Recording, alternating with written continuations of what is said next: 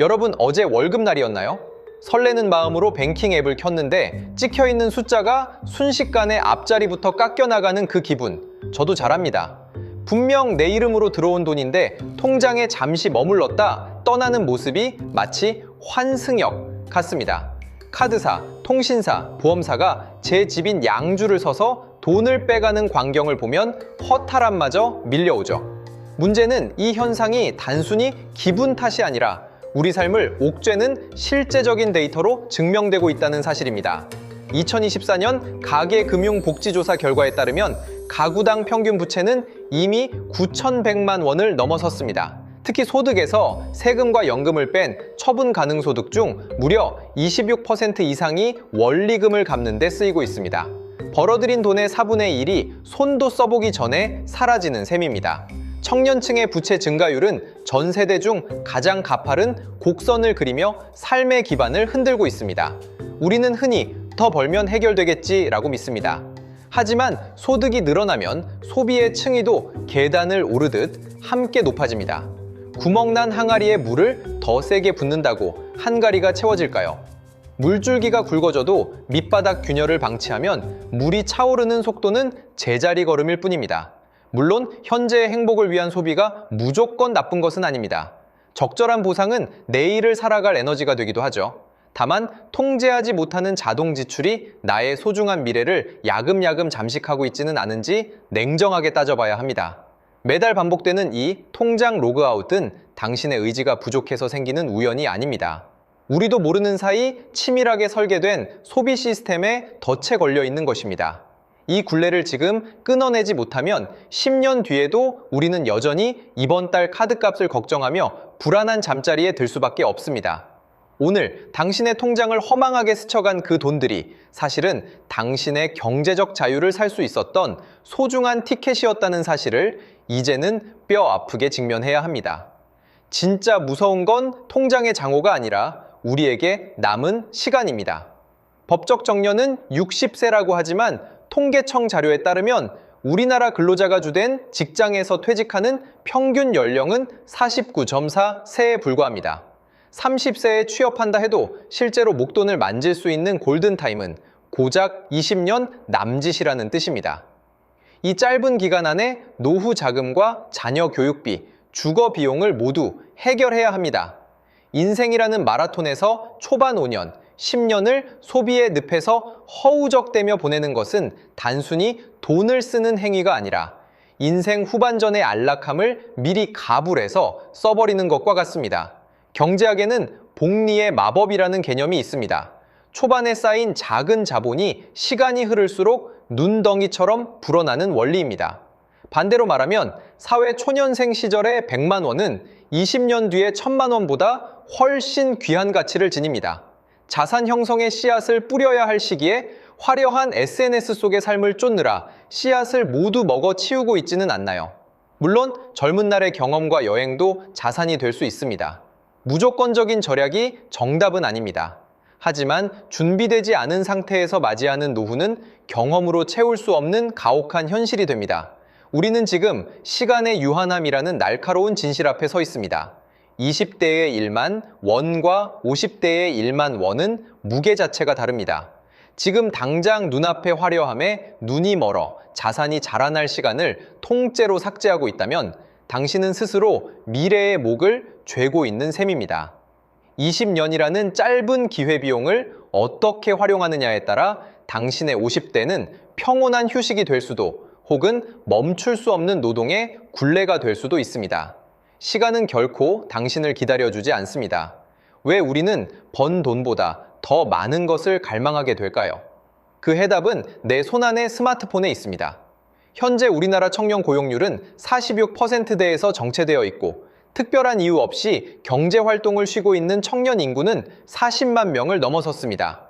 소득의 불확실성은 커졌는데 역설적으로 명품 시장과 고가 해외여행의 주역은 2030 세대가 되었습니다. 이는 개인의 허영심 때문이라기보다 알고리즘이 정교하게 설계한 상향 평준화된 가짜 표준 때문입니다. SNS를 켜는 순간 보이는 타인의 화려한 일상은 마치 그것이 평균적인 삶인 양우리를 착각하게 만듭니다. 실제로 한국의 명품 시장 규모는 세계적인 수준이며 인구 대비 소비액은 압도적 1위를 기록하기도 했습니다. 알고리즘은 당신의 취향을 분석해 끊임없이 새로운 결제를 유도하고 친구의 소비를 나의 결핍으로 치환합니다. 남들만큼 살아야 한다는 강박이 자산의 기초가 될 소중한 종잣돈을 전시용 비용으로 증발시키고 있습니다. 물론 소셜미디어가 주는 정보와 연결의 순기능을 무시할 수는 없습니다. 하지만 내가 산 물건이 진짜 필요에 의한 것인지 아니면 타인에게 보여주기 위한 입장권인지 냉정하게 구분해야 합니다. 지금 우리가 겪는 상대적 박탈감은 자본주의 시스템이 소비를 촉진하기 위해 만든 고도의 장치입니다. 남들의 화려한 겉모습에 기준을 맞추는 순간 당신의 경제적 독립은 영원히 불가능한 꿈이 됩니다. 통계에 잡히지 않는 심리적 가난이 실제 통장의 가난으로 이어지는 속도는 생각보다 훨씬 빠릅니다. 타인의 시선이라는 감옥에서 벗어나 나만의 경제적 기준을 세우지 않는다면 당신은 평생 남의 배를 불려주는 소모품으로 전락할 뿐입니다. 가짜 표준에서가 진짜 인생을 팔아치우고 있지는 않은지 스스로 물어봐야 합니다. 자산을 쌓는 과정은 항아리에 물을 채우는 것과 같습니다. 많은 이들이 더 큰 바가지를 가져와 물을 빨리 부으려고만 애쓰지만 정작 중요한 것은 항아리 밑바닥의 상태입니다. 아무리 고소득이라는 바가지로 물을 퍼부어도 밑바닥에 크고 작은 구멍이 뚫려 있다면 항아리는 절대 가득 차지 않습니다. 오히려 물을 붓는 속도보다 빠져나가는 속도가 빨라지는 임계점에 도달하면 우리는 평생 노동의 굴레에서 벗어날 수 없는 경제적 밑빠진 도개 상태가 됩니다. 그 구멍은 생각보다 미세하고 은밀합니다.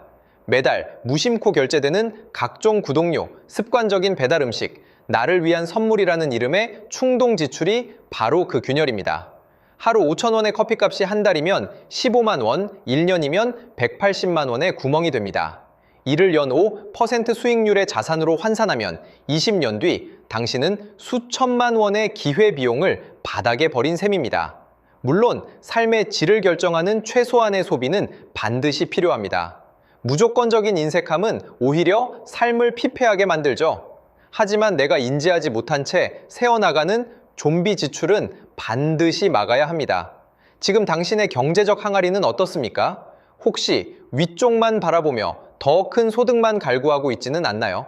자산 형성의 본질은 소득의 크기가 아니라 잔존의 크기에 있습니다. 아무리 적은 양의 물이라도 구멍을 완벽히 막아낸 항아리는 결국 시간이 흐르면 가득 차오르게 되어 있습니다. 반대로 균열을 방치한 항아리는 화려한 겉모습과 달리 속은 늘 비어있을 뿐입니다. 당신이 부자가 되지 못하는 진짜 이유는 수입이 적어서가 아니라 당신도 모르게 항아리 밑바닥에 뚫어놓은 수많은 미세한 구멍 때문일지도 모릅니다. 부자들은 자신의 의지력을 절대 믿지 않습니다. 그들이 남들보다 독해서 돈을 모으는 것이 아니라 애당초 돈이 빠져나갈 틈이 없는 철갑 시스템을 구축했기 때문입니다. 우리는 흔히 이번 달에 쓰고 남으면 저축해야지 라고 생각합니다. 하지만 뇌과학적으로 인간은 눈앞에 가용한 자원이 있으면 소비하도록 설계되어 있습니다. 남으면 모으겠다는 다짐은 자본주의라는 거대한 유혹의 파도 앞에서 모래성처럼 허무하게 무너질 뿐입니다. 부의 비밀은 강력한 의지가 아닌 나를 구속하는 강제성에 있습니다. 진짜 부를 쌓는 사람들은 월급이 들어오는 즉시 내 손에 닿기도 전에 돈을 격리합니다. 소득의 일정 비율을 자동으로 빼내어 저축과 투자 계좌로 강제 이송하는 시스템을 만드는 것이죠. 최근 청년 도약 계좌와 같은 정부 지원 상품들이 주목받는 이유도 단순히 금리가 높아서만은 아닙니다. 5년이라는 시간 동안 중도 해지가 어렵다는 심리적 저항선이 당신의 돈을 지켜주는 든든한 방어벽이 되기 때문입니다. 물론 지나치게 경직된 저축은 예기치 못한 사고나 급전이 필요한 상황에서 유동성 위기를 부를 수도 있습니다. 따라서 적절한 비상금 확보와 강제 저축 사이의 정교한 균형은 반드시 고려되어야 합니다. 지금 당장 당신의 금융 앱을 열어 자동이체 설정부터 확인하세요. 내 의지가 개입할 틈을 주지 않는 것이 핵심입니다. 성공한 자산가들은 겉으로 화려해 보이는 옷보다 보이지 않는 곳에서 조용히 불어나는 숫자에 더 큰 쾌감을 느낍니다. 소비의 유혹을 참는 고통은 짧지만 시스템이 가져다줄 경제적 자유의 기쁨은 평생을 갑니다. 스스로를 믿지 말고 당신이 만든 시스템을 믿으세요. 돈을 가두는 완벽한 요새를 구축하는 순간, 당신의 자산은 당신이 잠든 사이에도 스스로 자라나기 시작할 것입니다. 이 시스템이 있느냐 없느냐가 당신의 10년 뒤를 결정짓는 가장 결정적인 비밀입니다. 우리가 지금 마주한 소비의 달콤함 뒤에는 냉혹한 미래의 성적표가 기다리고 있습니다. 단순히 나중에 고생 좀 하겠지 수준이 아닙니다. 통계에 따르면 40대와 50대는 인생에서 지출이 가장 정점에 달하는 시기입니다. 위로는 노환으로 병원비와 간병비가 급증하는 부모님을 모셔야 하고, 아래로는 대학 등록금과 교육비로 무장한 자녀를 뒷바라지해야 합니다. 이른바 샌드위치 세대의 비극입니다. 준비되지 않은 상태에서 맞이하는 이 시기는 단순히 경제적 빈곤을 넘어 가족 관계의 파탄으로까지 이어지곤 합니다. 부모님의 병원비를 누가 부담할지를 두고 형제 간의 얼굴을 붉히는 일은 우리 주변에서 흔히 일어나는 현실입니다. 더욱 잔인한 사실은 돈 쓸 곳이 가장 많은 이 시기에 우리의 고용 안정성은 최저점을 찍는다는 점입니다. 기업의 구조조정 칼바람은 늘 숙련도가 높고 인건비가 비싼 40대 중반 이후를 먼저 겨냥합니다. 소득은 끊길 위기인데 지출은 파도처럼 밀려오는 불균형의 정점. 이것이 지금 우리가 준비 없이 나이 들어갔을 때 마주할 미래의 민낯입니다. 물론 미래를 위해 현재의 모든 즐거움을 포기하라는 뜻은 아닙니다. 적절한 현재의 삶도 존중받아야 마땅하죠. 하지만 지금의 무절제한 소비가 20년 뒤 나의 소중한 사람들을 사지로 몰아넣는 결과가 될 수 있다는 사실을 잊어서는 안 됩니다. 지금 당신이 SNS 인증샷을 위해 결제하는 그 금액은 사실 미래의 간병비이고 미래의 등록금입니다. 40대의 비극은 40대에 시작되는 것이 아니라 바로 지금 당신의 통장에서 시작되고 있습니다. 나중에 어떻게든 되겠지라는 막연한 낙관론은 자본주의 사회에서 가장 위험한 독약입니다. 오늘 당신의 지출을 통제하는 것은 단순한 근검 절약이 아니라 훗날 닥쳐올 거대한 풍랑 속에서 내 가족과 나 자신을 지켜낼 유일한 방주를 건조하는 일입니다. 이 방주가 없으면 당신의 노후는 평온한 휴식이 아닌 멈출 수 없는 생존 투쟁의 연속이 될 뿐입니다. 막연한 불안감을 확신으로 바꾸기 위해 이제 우리는 구체적인 행동에 돌입해야 합니다. 경제 분석가로서 제안하는 생존 플랜 1단계는 바로 비상금의 요새화입니다. 갑작스러운 사고나 실직에도 최소 3개월에서 6개월은 버틸 수 있는 생활비를 별도 계좌에 격리하세요. 이 돈이 없으면 위기 상황에서 고금리 대출에 손을 대게 되고, 이는 자산 형성의 흐름을 완전히 끊어버리는 치명적인 결과를 초래합니다. 비상금은 수익률을 따지는 자산이 아니라 내 인생의 안전벨트라는 사실을 명심하십시오. 2단계는 지출의 가시화와 통제입니다. 오늘 당장 신용카드를 서랍 깊숙이 넣고 체크카드로 전환하세요. 내 통장에서 돈이 즉각 빠져나가는 통증을 느껴야 뇌는 비로소 소비를 멈춥니다.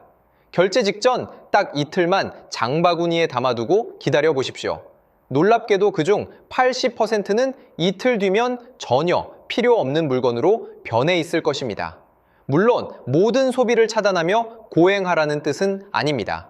나에게 정말 큰 효용을 주는 지출은 남기되 습관적으로 새어나가는 좀비 지출만 막아도 자산의 흐름은 확연히 달라집니다. 마지막 3단계는 소액으로 시작하는 실전 투자입니다. 10만 원도 좋습니다. 돈이 모이는 재미를 느끼는 스몰 윈의 경험이 중요합니다. 경제 기사를 읽고 직접 기업의 주주가 되어보거나 지수 펀드에 투자하며 시장의 생리를 익히세요. 투자 공부는 책으로만 하는 것이 아니라 내 돈이 투입되었을 때 비로소 완성됩니다.